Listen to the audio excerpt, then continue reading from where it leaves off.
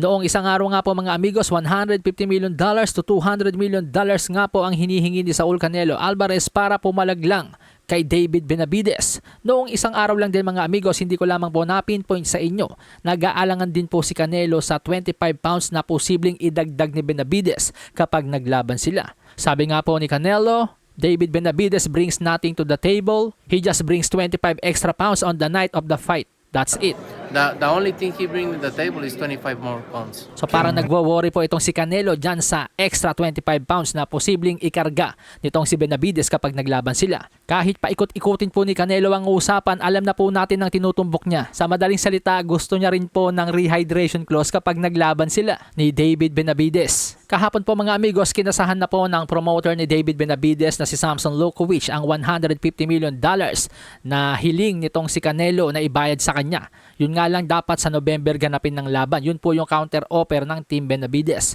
Sa magkaibang panayam naman po mga amigos, sinabi ng ama ni David Benavidez na si Jose Benavidez Sr., sinabi nito na matuloy lang ang laban. Lahat daw po ng kahilingan nitong si Canelo, handa nilang tanggapin at ibigay. Sa katunayan nga daw po mga amigos, sila Caleb Plant at itong si Demetrius Andrade, marami rin pong hiniling na mga partida kay Benavidez at lahat daw po yun ay pinagbigyan nila. Basahin po natin mga amigos ang sinabi ng ama ni David Benavidez. I already said it. We are willing to do anything to make this fight. Caleb Plant asked for a lot of clauses, he asked for a lot of things, and we gave him everything he wanted. With Bubu Demetrius Andrade, he asked for some things, and we gave him everything he wanted. With Canelo, we gave him everything he wanted to be able to fight. With Jaime Munguia, we gave him everything he wanted. We just want the fight, the chance to show people that David is the best at 168 pounds. We're just looking for opportunities and to make history. That's the only thing that matters to us right now. So ayun nga po mga amigos, oportunidad lang daw talaga ang hinihiling ng Team Benavidez upang mapatunayan kung sino ang pinakamahusay sa 168. Samantala sa iba pang balita mga amigos, kumbinsido na ngayon si Juan Manuel Dinamita Marquez na natatakot itong si Canelo kay David Benavidez.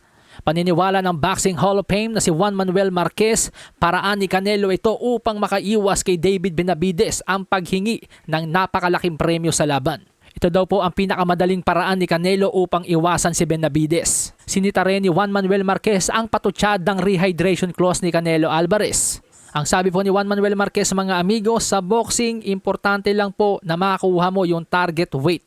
Kung super middleweight, edi 168 yan. Pag nakuha mo yan sa final weigh-in, wala na pong paki yung kalaban mo dyan kahit magdagdag ka pa ng 25 pounds. Yan po ang boxing. Diskarte na raw po ng boksingero yun kung anong diskarte ang gusto nila sa kanilang timbang. May mga boksingerong gusto nilang mas mabigat sila sa laban para mas malakas sila. May mga boksingero ding ayaw nilang mabigat sila sa laban dahil bumabagal sila. So depende na lang po yun sa estratehiyang gagamitin nila. Kaya wala daw pong kaso yun ayon kay Juan Manuel Marquez kung magdagdag si Benavidez ng 25 pounds. Ang importante ay makuha yung target weight, which is 168. At dagdag pa nga po ni Juan Manuel Marquez mga amigos, nakinabang din naman po si Canelo sa ganitong bentahe.